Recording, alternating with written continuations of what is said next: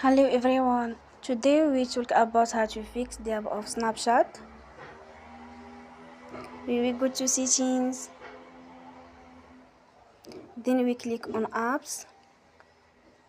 After that we will search the app Snapchat and we click. Then we will on Forcestop. After that we will go to storage. Then we click on clear cache. In the end, turn your phone and you will restart your phone again. Don't forget to support us by like and subscribe.